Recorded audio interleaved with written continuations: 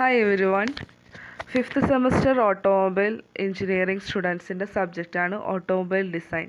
അതിൽ കുറച്ച് ഭാഗങ്ങളാണ് ഇന്നിവിടെ ഡിസ്കസ് ചെയ്യുന്നത്. What is design?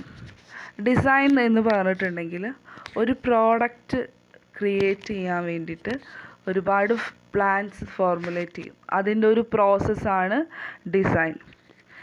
ഒരു മെഷീൻ ഡിസൈനിൽ ഒരു പ്രോഡക്റ്റ് ക്രിയേറ്റ് ചെയ്യാൻ വേണ്ടി ഇൻവോൾവ് ചെയ്തുള്ളത് സയൻസ് ആൻഡ് ടെക്നോളജി പ്രിൻസിപ്പിൾസിൻ്റെ ആപ്ലിക്കേഷൻസ് ആണ്. അല്ലെങ്കിൽ നമുക്ക് മെഷീൻ ഡിസൈൻ ഇങ്ങനെ പറയാം. മെഷീൻ ഡിസൈൻ എന്ന് പറഞ്ഞിട്ടുണ്ടെങ്കിൽ ഒരു ആർട്ടാണ്. ഒരു മെഷീൻ കൺസ്ട്രക്റ്റ് ചെയ്യാൻ അല്ലെങ്കിൽ ഒരു പ്രോഡക്റ്റ് ക്രിയേറ്റ് ചെയ്യാൻ വേണ്ടി ഒരുപാട് പുതിയ ഐഡിയാസ് ഡെവലപ്പ് ചെയ്യും. അതിൻ്റെ ഒരു ആർട്ടാണ് മെഷീൻ ഡിസൈൻ. ഈ ഐഡിയാസ് എക്സ്പ്രസ് ചെയ്യാൻ വേണ്ടിയിട്ട് നമ്മൾ പ്ലാൻസും ഡ്രോയിങ്സും യൂസ് ചെയ്യും. ഒരു ഡിസൈൻ കംപ്ലീറ്റ് ചെയ്യണമെങ്കിൽ അതിന് ഒരുപാട് ഫാക്ടേഴ്സ് ഇൻഫ്ലുവൻസ് ചെയ്യുന്നുണ്ട്. അതിലെ കുറച്ച് ഫാക്ടേഴ്സാണ്, അതിൽ കൺസിഡർ ചെയ്യുന്ന കുറച്ച് ഫാക്ടേഴ്സാണ് താഴെ തന്നിരിക്കുന്നത്. Strength, cost, shape, size, friction, അതുപോലെ കൊറോഷൻ.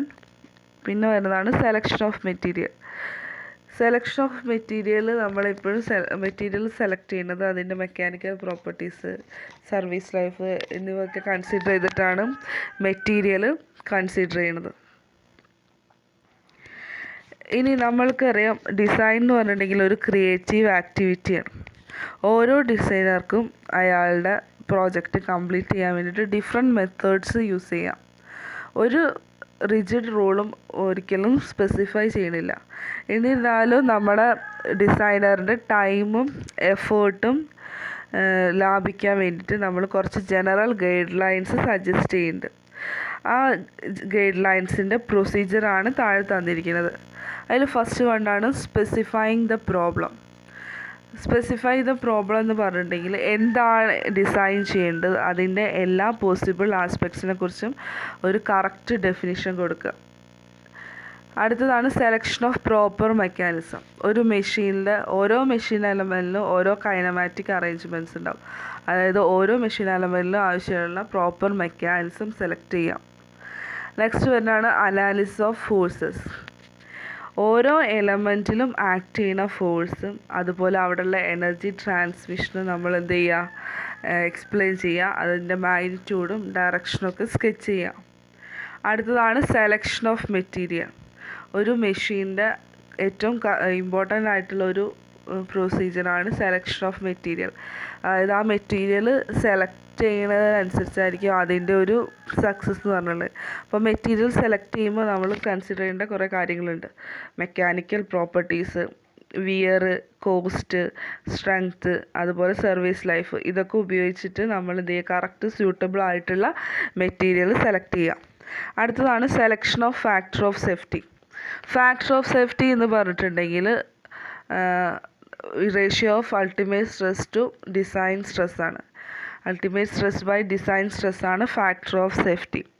ഇത് കാണുന്നത് നമ്മൾക്ക് അലൗബിൾ ആയിട്ടുള്ള ഡിസൈൻ സ്ട്രെസ് എസ്റ്റിമേറ്റ് ചെയ്യാനാണ് ഫാക്ടർ ഓഫ് സേഫ്റ്റി നമ്മൾ സെലക്ട് ചെയ്യുന്നത്. അതായത് എപ്പോഴും ഡിസൈൻ സ്ട്രെസ് എപ്പോഴും അൾട്ടിമേറ്റ് സ്ട്രെസ്സിനേക്കാളും കുറവായിരിക്കണം. ഫാക്ടർ ഓഫ് സേഫ്റ്റി എന്തിനാണെന്ന് വെച്ചിട്ടുണ്ടെങ്കിൽ നമ്മളൊരു ലോഡ് അപ്ലൈ ചെയ്യുന്ന സമയത്ത് ആ മെറ്റീരിയലിൻ്റെ ഡാമേജ് പ്രിവെൻറ്റ് ചെയ്യാൻ വേണ്ടിയിട്ടാണ് ഫാക്ടർ ഓഫ് സേഫ്റ്റി നമ്മൾ അപ്ലൈ ചെയ്യുന്നത്. അപ്പോൾ അൾട്ടിമേറ്റ് സ്ട്രെസ്സാണ് ഡിസൈൻ സ്ട്രെസ്സിനേക്കാളും കൂടുതലെങ്കിൽ നമ്മൾ ലോഡ് അപ്ലൈ ചെയ്യുന്ന സമയത്ത് മെറ്റീരിയൽ ഡാമേജ് ആവാനുള്ള ചാൻസ് കൂടുതലാണ്. അപ്പോൾ അത് ഒഴിവാക്കാൻ വേണ്ടിയിട്ടാണ് നമ്മൾ ഫാക്ടർ ഓഫ് സേഫ്റ്റി അപ്ലൈ ചെയ്യുന്നത്. അപ്പോൾ അടുത്തത് selection of factor of safety. ഇനി നെക്സ്റ്റ് വരുന്നതാണ് calculation of cross sectional dimensions.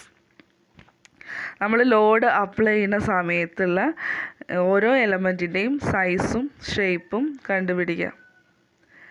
Next ആണ് മോഡിഫൈയിങ് ആൻഡ് ഫൈനലൈസിങ് ഡയമെൻഷൻസ്.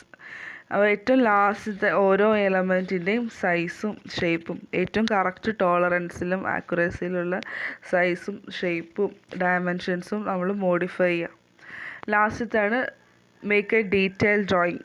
ഇതിൻ്റെ എല്ലാത്തിൻ്റെയും ഏറ്റവും ലാസ്റ്റത്തെ ഏറ്റവും അവസാനത്തെ പ്രൊസീജിയറാണ് ഈ ഡിസൈനിൻ്റെ ഒരു detail drawing. Assembly and detail drawing വരയ്ക്കുക. അതിൽ സ്പെസിഫൈ ചെയ്യേണ്ടത് മെഷീൻ എലമെൻറ്റിൻ്റെ സ്പെസിഫിക്കേഷൻ, അതുപോലെ method of manufacturing, accuracy, surface finish എല്ലാം ഉൾപ്പെടുത്തിയിട്ടുള്ള ഒരു ഡീറ്റെയിൽ ഡ്രോയിങ് മേക്ക് ചെയ്യുക.